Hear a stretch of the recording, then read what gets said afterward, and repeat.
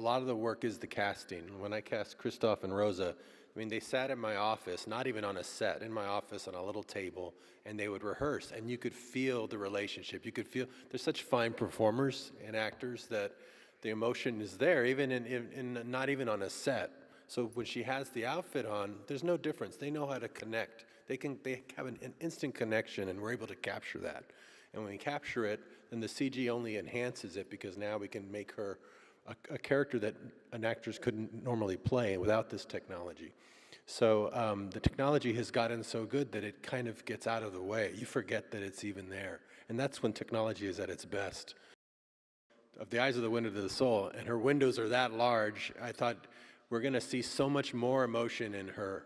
You'll see the humanity even more of her performance. Even in a wider shot, even before you're in a close-up, she'll feel almost more human than human. Puts you in a hypnotic trance of this character really feels like she's there. And the benefit is that you get so much more emotion through those eyes. And you're in the visual effects world. Weta Digital told me that there's more detail in one of Alita's eyes than was in all of Gollum in Lord of the Rings. Welche Ebene hätten Sie gern? Technik versus. Nee, das ist ein politischer Film. Das ist ein psychoanalytischer Film.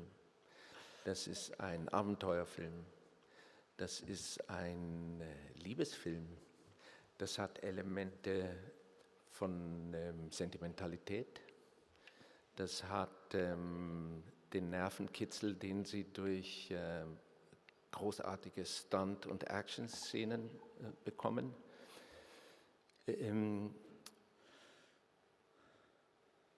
Welche sollen wir besprechen?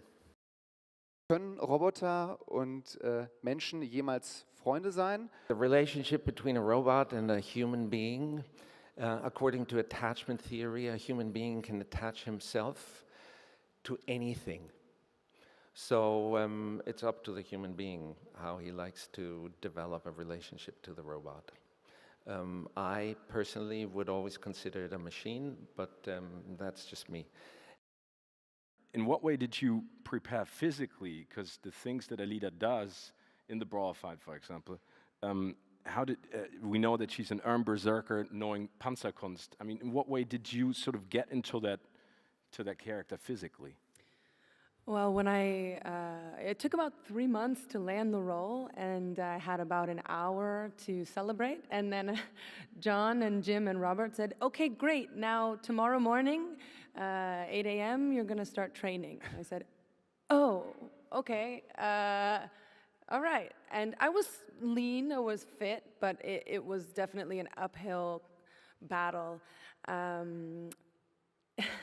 I did about 2.5, 3 hours every day for 5 months.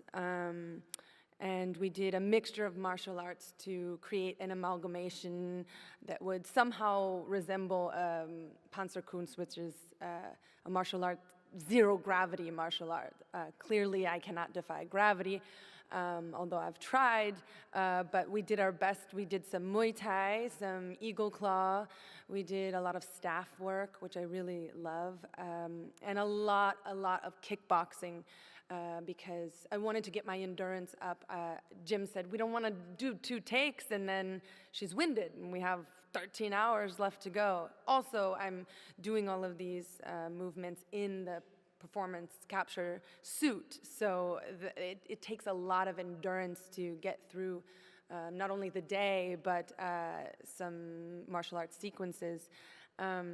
So I really threw myself into it. I think we've formed not just work relationships, but true friendships, and I'm very grateful for that for everybody up here. Christoph Waltz is my friend. Fathers are not supposed to be friends.